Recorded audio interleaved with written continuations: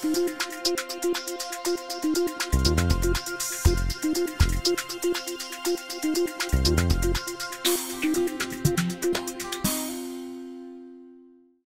I'm Brian Willinghoff, and welcome to L3 Terms Demystified. Today we're going to talk about Japanese terms.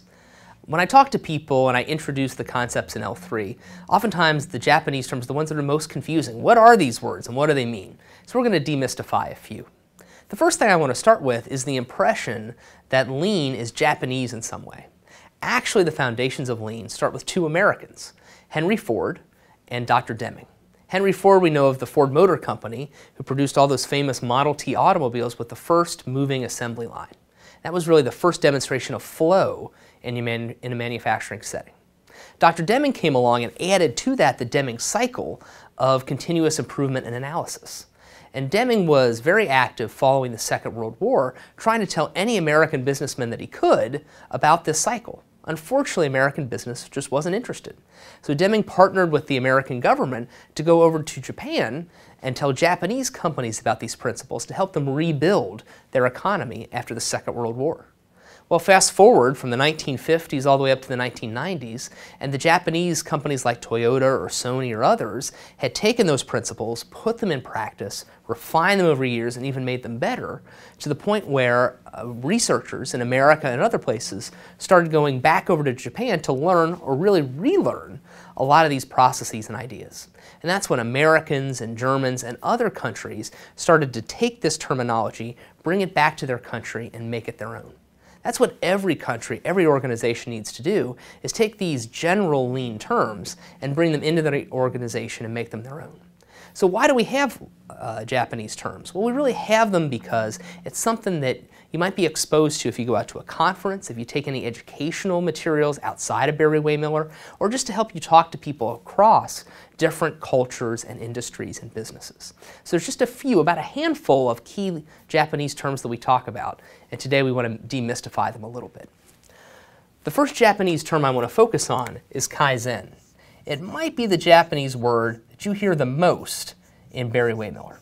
Well, Kaizen is a pretty simple term. It just means change for the good. So a Kaizen event is a focused, multi-day event to help us break through the existing process, the existing inertia that we have, and make a change for the good.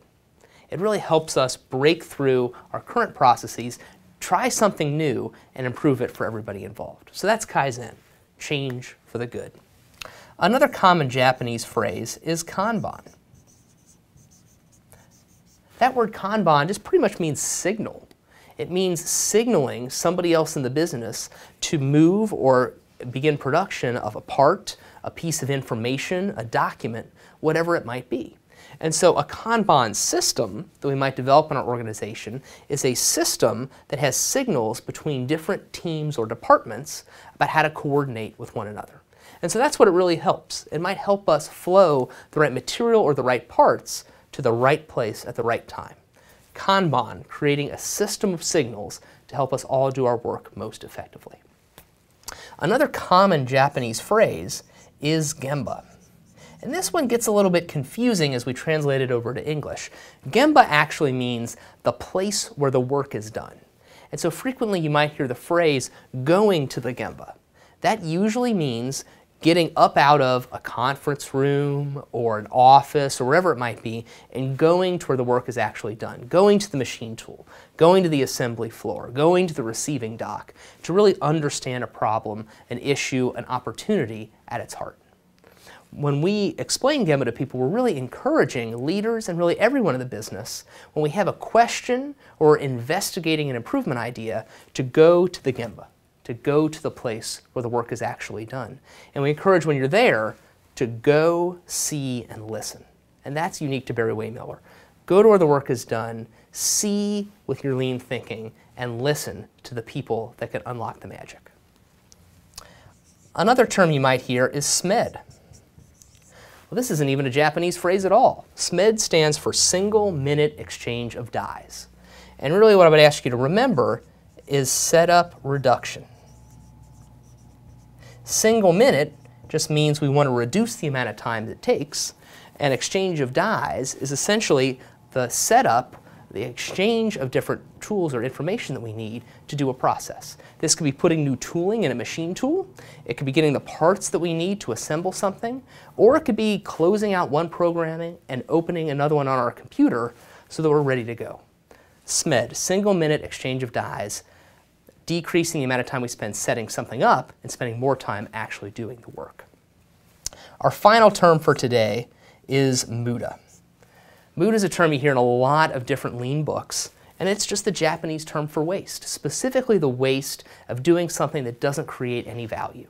So you might hear a lean consultant say that we're going to have a war on muda, or we're going to reduce the muda. All that means is reducing the waste that's a barrier to doing the things that we really need to do. So those are some Japanese terms that you might hear throughout Barry Waymiller and our L3 journey. Kaizen, change for the good. Kanban, a signal. Gemba, the place where the work is done. SMED, single minute exchange of dies. And muda, waste, time spent that produces no value. Those are some additional lean terms demystified.